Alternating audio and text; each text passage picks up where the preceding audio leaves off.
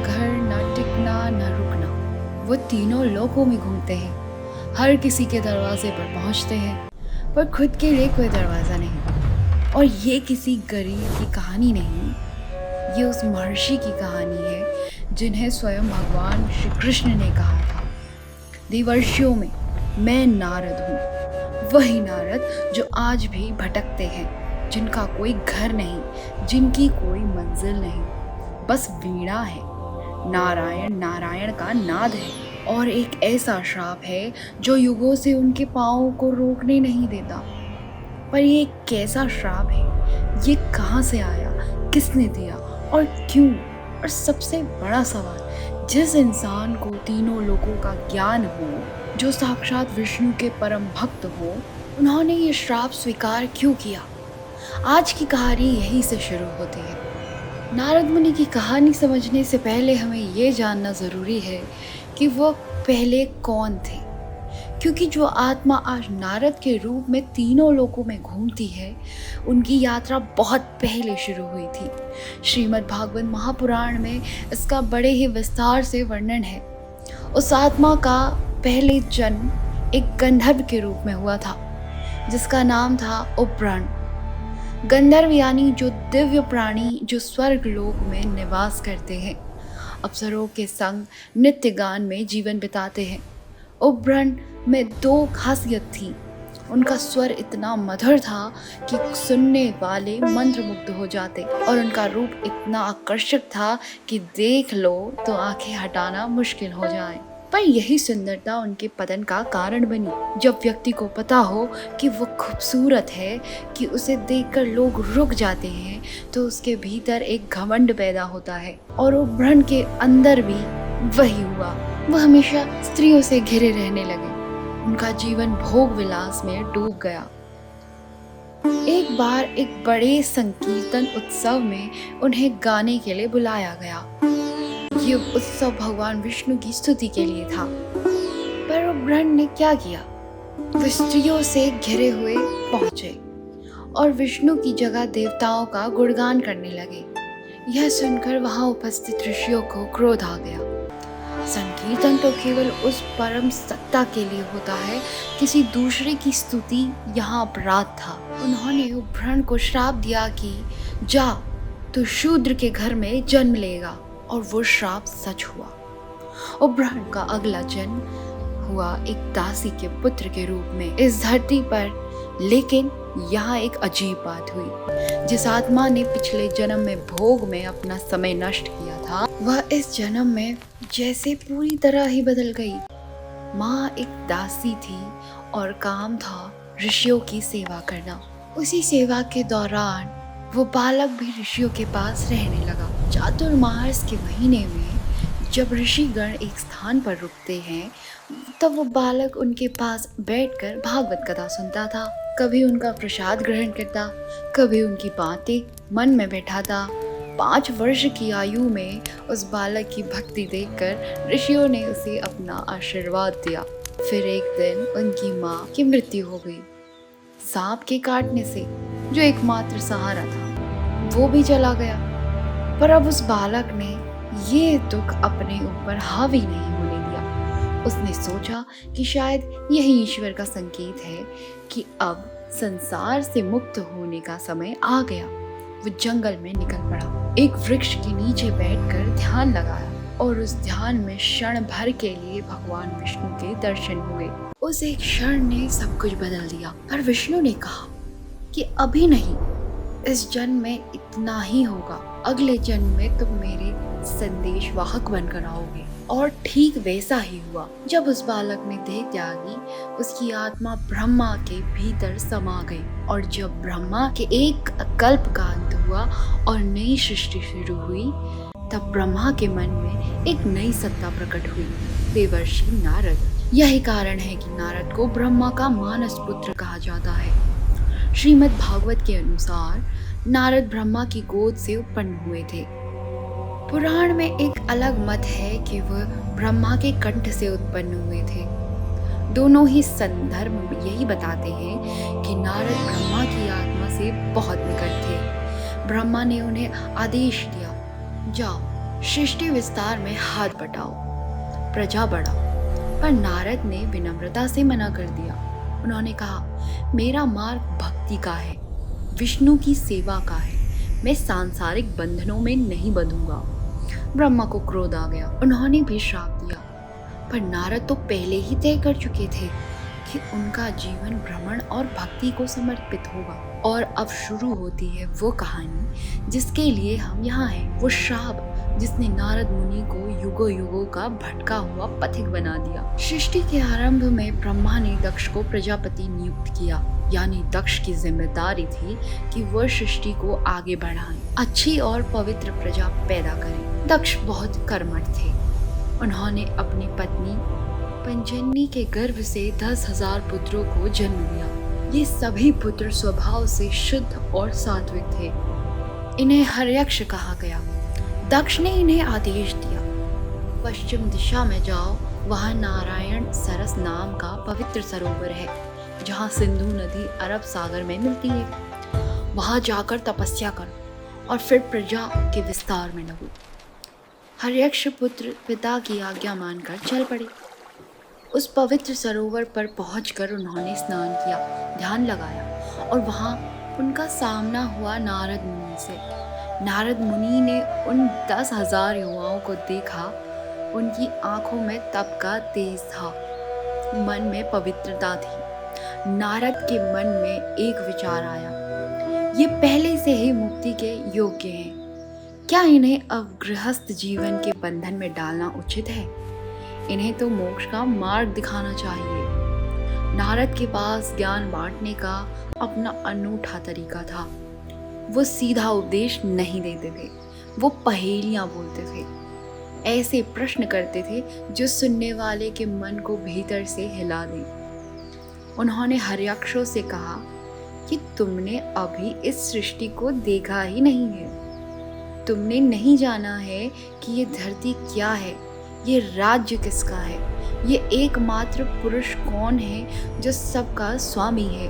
बिना जाने सृष्टि को सृष्टि करने का क्या अर्थ? हर्यक्षों ने ध्यान से सोचा। उन्होंने समझ लिया कि नारद किस ओर इशारा कर रहे हैं। वो एकमात्र पुरुष परमात्मा ही है। वह धरती है जो कर्म का क्षेत्र है, वही राज्य है। और तब उनके मन में वैराग्य जाग उठा।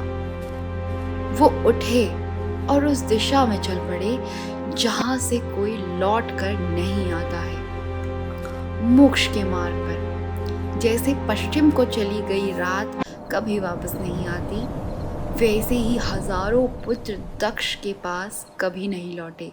दक्ष प्रजापति को जब ये समाचार मिला तो उनका हृदय टूट गया। उन्होंने 10,000 पुत्र खोए थे, पर उन्होंने हिम्मत नहीं हारी। उन्होंने फिर से प्रयास किया और पंजनी के गर्भ में 1,000 और पुत्रों को जन्म दिया। इन्हें शबलाशव कहा गया। दक्ष ने उन्हें भी वही आदेश दिया, जाओ सृष्टि बढ़ाओ। और जब शबलाशव उसी सरोवर पर पहुंचे, नारद वहां फिर थे। इतिहास ने खुद को दोहराया। नारद ने उन्हें भी वही संदेश दिया, ज्ञान और भक्ति का। और शबलाशव भी वही मोक्ष के मार्ग पर चल दिए। अब दक्ष के भीतर जो दुख था वो ज्वाला में बदल गया। 11,000 पुत्र, एक भी नहीं लौटा। और इसका कारण था उनका अपना भाई नारद। हाँ, नारद और दक्ष भाई थे, दोनों ब्रह्मा के पुत्र। पर उस क्षण दक्ष को भाई नजर नहीं आया। केवल एक ऐसा व्यक्ति दिखा जिसने अपने सपनों को चूर चूर कर दिया। नारद समझ गए कि दक्ष में क्रोध है। वो स्वयं उनके पास पहुंचे, उन्हें शांत करने की कोशिश की, पर क्रोध में व्यक्ति तर्क नहीं सुनता। दक्ष ने नारद को आरोप लगाए, तुमने सन्यासी का वेश धारण किया है, पर तुम हो धोखेबाज। तुमने मेरे निर्दोष बेटों को भटका दिया। उनके ऊपर अभी तक देवताओं का ऋण था, ऋषियों का ऋण था, पितरों का ऋण था, और तुमने उन्हें उस मार्ग पर डाल दिया जहां से ये सब ऋण अधूरे रह गए। दक्ष का तर्क यहाँ समझना जरूरी है। वैदिक परंपरा में माना जाता है कि हर व्यक्ति 3 ऋणों के साथ जन्म लेता है: देव ऋण, ऋषि ऋण और पितृ ऋण। देव ऋण चुकाने के लिए यज्ञ करने पड़ते हैं, ऋषि ऋण के लिए ब्रह्मचर्य और अध्ययन, और पितृ ऋण के लिए संतान उत्पन्न करनी पड़ती है। दक्ष का मानना था कि हर्यक्षों और सबलशवों ने ये ऋण चुकाए बिना संन्यास ले लिया, जो उचित नहीं था। पर नारद की दृष्टि अलग थी। श्रीमद् भागवत में स्पष्ट लिखा है कि नारद ने सोचा, जो पहले से ही मुक्ति के लिए तैयार हो, उसे गृहस्थ जीवन में अंधकार में धकेलना उनके साथ अन्याय होगा। संसार एक ऐसा जाल है कि एक बार उसमें फंसे तो निकलना बहुत कठिन हो जाता है। पर दक्ष को इस दर्शन से कोई मतलब नहीं था। उनका दर्द वास्तविक था, उनका आक्रोश वास्तविक था, और उस आक्रोश में उन्होंने नारद को श्राप दिया। उन्होंने कहा, तूने मेरे पुत्रों को कोई घर नहीं दिया, कोई परिवार नहीं दिया, कोई संतान नहीं, तो जा, तुझे भी यही भोगना होगा। तू पूरे ब्रह्मांड में भटकता रहेगा, पर कहीं रुक नहीं पाएगा। कोई ठिकाना नहीं होगा तेरा, न घर, न परिवार, न एक जगह। जब तक सृष्टि है तू चलता रहेगा, और जब आती है वो बात जो पूरी इस कहानी का असाधारण बना देती है। नारद ने ये श्राप सुना, पूरी तरह सुना, और उनके मुख से निकले केवल 2 शब्द, तत्पाड़। संस्कृत में इसका अर्थ होता है, ठीक है, यही सही है, मैं स्वीकार करता हूँ। जरा सोचो, एक महर्षि जिसके पास तीनों लोगों का ज्ञान था, जिन्होंने काम को जीत लिया था, जो विष्णु के परम भक्त थे, जो चाहते थे तो दक्ष को उल्टा श्राप दे सकते थे।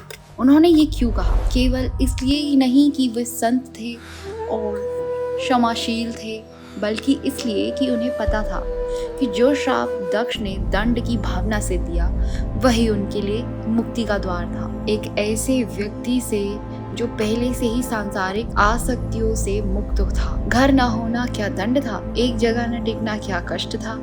बल्कि ये तो उनका वरदान था। और तब से नारद मुनि घूम रहे थे।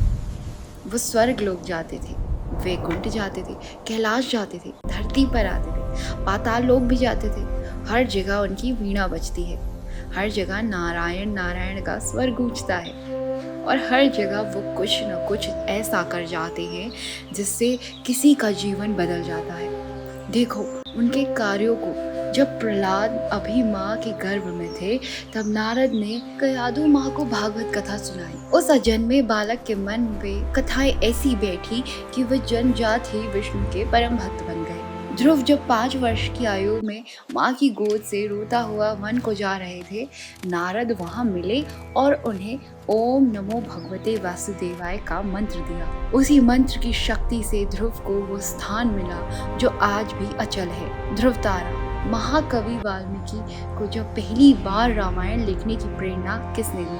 नारद ने। रुक्मिणी जब शिशुपाल से विवाह के लिए विवश थी, उनका संदेश कृष्ण तक किसने पहुंचाया? नारद ने। नारद केवल एक संदेश वाहक नहीं थे, वो एक चेतना थे जो सृष्टि में घूम घूम कर उन जगहों पर पहुंचती थी जहां कुछ बदलने की जरूरत थी। कहीं कोई भक्त था जिसे मार्ग चाहिए था, कहीं कोई पापी था जो परिवर्तन के द्वार पर खड़ा था, कहीं कोई देव था जिसे सत्य की याद दिलानी थी, जो बहुत कम लोग जानते हैं। नारद मुनि को धर्मशास्त्र में देवर्षि कहा जाता है, देवताओं में सर्वश्रेष्ठ ऋषि। ना ही नहीं, ऋषि राज भी कहा जाता है। भगवत गीता में 10वें अध्याय के 26वें श्लोक में श्री कृष्ण स्वयं कहते हैं, देवर्षियों में मैं नारद हूँ। ये वाक्य बहुत बड़ा है। जब परमेश्वर किसी सत्ता को अपनी विभूति बताएं, तो समझो उस सत्ता का मर्तबा क्या है। 3 महत्वपूर्ण ग्रंथ उनके नाम पर है। नारद भक्ति सूत्र में उन्होंने बताया, भक्ति के 84 सूत्र दिए गए हैं जो आज भी उतनी ही प्रासंगिक है। नारद स्मृति एकमात्र ऐसा धर्मशास्त्र ग्रंथ है जो केवल न्याय और विधि के विषय पर केंद्रित है। आचार और प्रायश्चित को छोड़कर, और नारद को आधुनिक युग में एक और उपाधि मिली है जो सुनने में अजीब लगेगी पर बिल्कुल सही। पहले पत्रकार। हाँ, नारद तीनों लोकों में सूचनाएं संग्रह करते हैं। देवताओं तक समाचार पहुंचाते थे, सत्य को उजागर करते थे। हिंदू परंपरा में उन्हें प्रथम ब्रह्मांडीय संवाददाता माना जाता था। उनके पास जो वीणा है उनका नाम है महती, वो वीणा जो युगों से उनके साथ है। अब जब तुम कभी नारद मुनि का नाम सुनो, तो जब उनकी कोई कथा पढ़ो या देखो, तो एक बार रुककर सोचना, वो आदमी जो सारे ब्रह्मांड में घूमता है, जिसके पास बैठने को कोई जगह नहीं, रुकने को कोई घर नहीं, उसके चेहरे पर हमेशा मुस्कान क्यों है? क्योंकि जिसके भीतर नारायण है, उसे बाहर किसी जगह की जरूरत नहीं। जो भक्ति में डूबा हो, उसे संसार की कोई भी सजा छू नहीं सकती। दक्ष ने सोचा था कि उन्होंने नारद को दंड दिया, पर असल में उन्होंने एक भक्त को उसका सबसे बड़ा वरदान दे दिया। पूरी सृष्टि को अपना घर मानने का वरदान। नारायण नारायण।